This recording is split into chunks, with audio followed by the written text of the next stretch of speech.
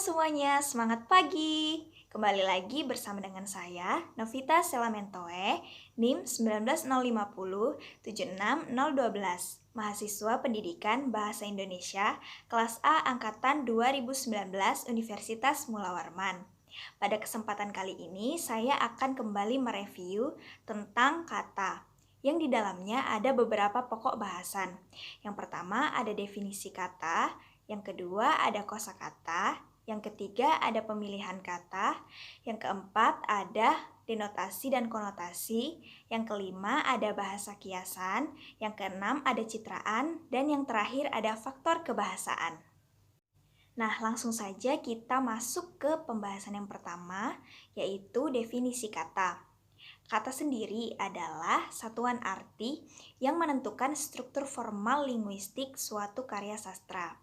Nah, dalil seni sastra Jerman mengungkapkan bahwa puisi mempunyai nilai seni bila pengalaman jiwa yang menjadi dasarnya dapat dijelmakan ke dalam kata. Menurut Slamet Mulyana, 1956. Nah, untuk mencapai ini, pengarang mempergunakan berbagai cara, terutama adalah penggunaan kata.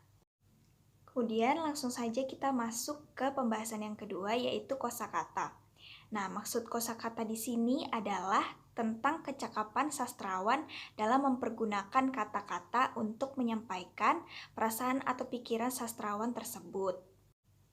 Nah, kosakata-kosakata yang dapat digunakan untuk menyampaikan pemikiran dan perasaan dari sastrawan itu bisa berbentuk kata-kata kuno atau kata-kata bahasa asing dan perbandingan-perbandingan asing. Nah, kemudian kita masuk ke pembahasan yang ketiga, yaitu pemilihan kata. Nah, pemilihan kata ini bisa juga disebut dengan diksi. Penyair-penyair seringkali ingin setepat-tepatnya untuk mengekspresikan perasaan batinnya, sehingga penyair seringkali mengganti kata-kata atau mengubah suatu kata yang dianggapnya kurang tepat menjadi ke kata-kata yang menurutnya mewakilkan perasaannya. Setelah kita membahas tentang pembahasan yang ketiga, yaitu pemilihan kata atau diksi, kita masuk ke denotasi dan konotasi.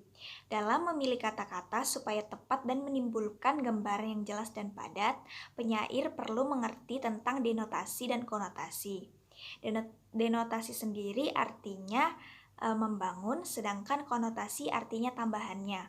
Jadi setelah denotasi membangun, kemudian konotasi akan menambahkannya.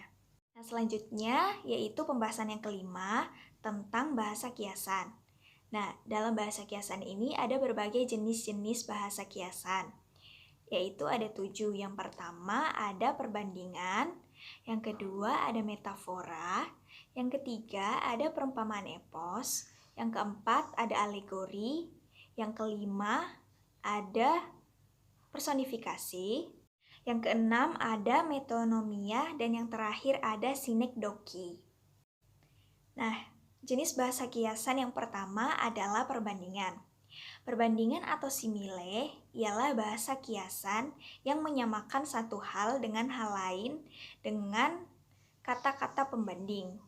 Misalnya contohnya yaitu kata-kata seperti bagai, bagaikan, bak, laksana, seumpama. Kemudian yang kedua ada metafora. Nah, metafora ini adalah jenis bahasa kiasan seperti perbandingan. Namun, perbedaannya adalah metafora tidak menggunakan kata-kata pembanding. Metafora sendiri melihat sesuatu dengan perantaraan benda yang lain, menurut Becker 1978. Selanjutnya yang ketiga ada perumpamaan epos. Perumpamaan epos ialah perbandingan yang dilanjutkan atau diperpanjang secara lanjut ke dalam kalimat-kalimat atau frase-frase yang berturut-turut. Kemudian yang keempat ada alegori. Alegori ialah cerita kiasan ataupun lukisan kiasan. Jenis yang kelima ada personifikasi. Personifikasi ini merupakan bahasa kiasan yang mempersamakan benda dengan manusia, sehingga benda-benda tersebut seakan-akan berbuat dan berpikir seperti manusia. Selanjutnya yang keenam ada bahasa kiasan metonimia. Metonimia ialah kiasan pengganti nama. Kemudian yang terakhir yang ketujuh ada sinekdoki. Sinekdoki adalah bahasa kiasan yang menyebutkan suatu bagian yang penting, suatu benda atau hal, untuk benda atau hal itu sendiri. Menurut Altenburn 1970. Nah, itu tadi ketujuh jenis-jenis bahasa kiasan. Selanjutnya kita masuk ke dalam pembahasan selanjutnya, yaitu tentang citraan atau gambar-gambaran angan. Citraan itu ialah gambaran-gambaran dalam pikiran dan bahasa yang menggambarkannya. Sedangkan setiap gambar di dalam pikiran itu dinamakan citra atau imaji. Nah, citra ini ada berbagai-bagai macamnya. Ada citra penglihatan, pendengaran, kemudian penciuman, pengecapan, dan sebagainya yang merupakan alat-alat indera manusia. Nah, kita masuk ke pembahasan yang selanjutnya tentang gaya bahasa dan sarana retorika. Gaya bahasa ialah susunan perkataan yang terjadi karena perasaan yang timbul atau hidup dalam hati penulis, yang menimbulkan suatu perasaan tertentu kepada pembaca. Nah, setiap penyair mempunyai gaya bahasa masing-masing, tergantung kepada sifat atau kegemaran mereka masing-masing. Selanjutnya ada sarana retorika. Sarana retorika merupakan sarana kepuitisan yang berupa muslihat pikiran. Dengan muslihat itu, para penyair berusaha menarik perhatian, pikiran, hingga pembaca berkontemplasi atas apa yang dikemukakan penyair. Nah, masuk ke pembahasan yang terakhir tentang faktor kebahasaan. Nah, di dalam faktor kebahasaan ini berkaitan dengan sistem bahasa yang digunakan. Namun di dalamnya banyak terjadi penyimpangan-penyimpangan dari sistem bahasa atau sistem norma bahasa itu sendiri. Penyimpangan-penyimpangan ini banyak dilakukan oleh beberapa tokoh. Contohnya Chairil Anwar dan Sutarji. Yang pertama kita akan bahas tentang faktor kebahasaan Chairil Anwar. Dalam faktor kebahasaan Chairil Anwar, yang pertama ada pemendekan kata. Pemendekan kata ini gunanya untuk kelancaran dalam ucapan. Misalnya kata-kata akan menjadi kan. Kemudian yang kedua ada penghilangan imbuhan. Chairil Anwar sering menghilangkan imbuhan, seperti dari kata berbicara menjadi hanya bicara saja. Kemudian yang terakhir ada penyimpangan struktur sintaksis. Di penyimpangan struktur sintaksis ini, Chairil Anwar bahkan sebagai pelopor dari penyimpangan struktur sintaksis ini. Nah, penyimpangan yang dilakukan Chairil Anwar ini berupa susunan kelompok kata ataupun susunan kalimat seluruhnya. Selanjutnya ada faktor kebahasaan dari Sutarji. Nah, faktor kebahasaan dari Sutarji ini ada 5.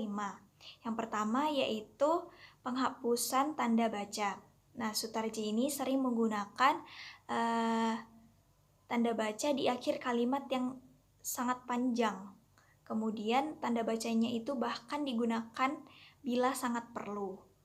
Jadi tidak sering untuk digunakan tanda bacanya, makanya disebutkan penghapusan tanda baca. Kemudian yang kedua ada penggabungan dua kata atau lebih. Jadi kata-kata tersebut digabung seolah-olah sudah menjadi satu kata, seperti kata kakek-kakek dan bocah-bocah. Kemudian setelah itu ada penghilangan imbuhan. Penghilangan imbuhan ini kurang lebih seperti yang dilakukan oleh Chairil Anwar. Kemudian selanjutnya ada pemutusan kata. Jadi di dalam pemutusan kata ini, katanya diputus-putus menjadi suatu suku kata atau suku katanya dibalik. Faktor kebahasaan Sutarji yang terakhir ada pembentukan jenis kata. Sutarji membentuk kata-kata benda atau kata-kata kerja langsung menjadi kata keadaan atau kata sifat dengan mengawalinya dengan kata yang atau yang paling. dan tanpa mengubah bentuk morfologisnya. Nah, itu tadi berbagai pembahasan yang saya kembali review dalam apresiasi puisi materi kata. Itu saja yang dapat saya sampaikan, kurang lebihnya mohon maaf. Sekian dan terima kasih, dan semangat pagi!